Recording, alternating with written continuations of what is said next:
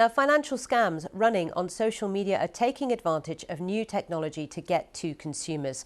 One effective way is the use of deep fakes, where a person is cloned to fraudulently promote services to scam consumers from their money. Well, this is something that's happened to one of our regular guests on this programme. The independent market analyst Michael Hewson found when he was sent videos of his Facebook doppelganger urging people to join a WhatsApp that would later scam people's money away. Hi, I'm Michael Hewson, former Chief Market Analyst at CMC Markets with 30 years of experience in the financial markets. I've successfully predicted multiple market turning points, helping countless investors seize profitable opportunities. Now I'm tracking 3 high potential stocks that could see significant gains in the next 2 months. Whether in AI, renewable energy or healthcare, they all share one thing in common: they're massively undervalued and catching the attention of institutional investors.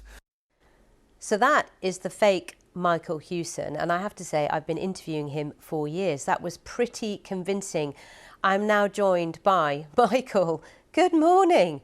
That is really spooky.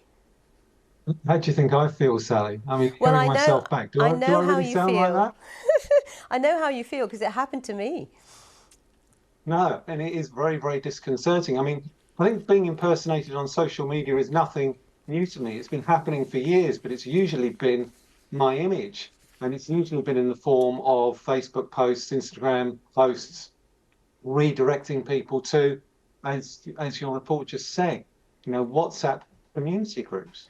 And this is really dangerous, Michael, isn't it? Because that to me looked pretty convincing. And a lot of people watching these things on small devices, which makes it even more difficult to ascertain when something is fake or real.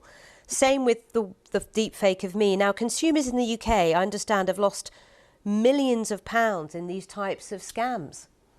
£51 million in 2024. Of which Facebook and Instagram accounted for 39 million. That's 75% of the total losses that were reported to Action Fraud UK. And that's a significant increase. And the average cost of each scam is around between £15,000 and £20,000. So that's a huge amount of money. I think what angers me most, Sally, is these are sponsored posts. So someone is paying for these posts, and Facebook is waving these through. I mean, these are, to all intents and purposes, financial promotions. And you can tell I'm angry about this because it seems to me there's no due diligence being done by Facebook, and yet they claim that they're working with banks like Metro Bank and NatWest to try and crack down on these scams. Well, they've got the bank account details of these people. Supply them to the authorities. And it's interesting because other high-profile people, such as Martin Lewis, has been targeted as well. He's been campaigning for better regulation of this. You got in touch with Meta, obviously, to tell them to remove this from all their platforms. What response did you get?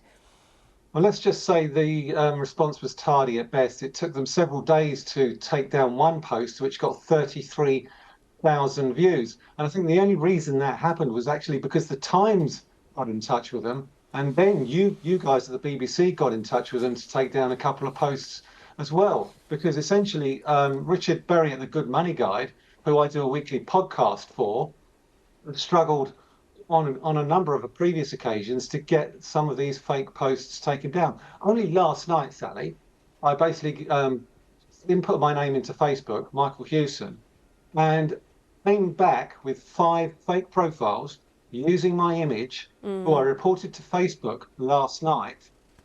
Within about 5 minutes, they came back saying that 2 of them didn't meet the requirements to be taken down. Okay. So I don't really know what needs to happen for Facebook to take down fake profiles. All right. Michael, thank you for talking to us this morning. I'm very sorry this happened to you, but I do hope that this raises awareness about what is out there in terms of fake promotions of financial products. That is all from us. The Spring Statement will be covering throughout the day.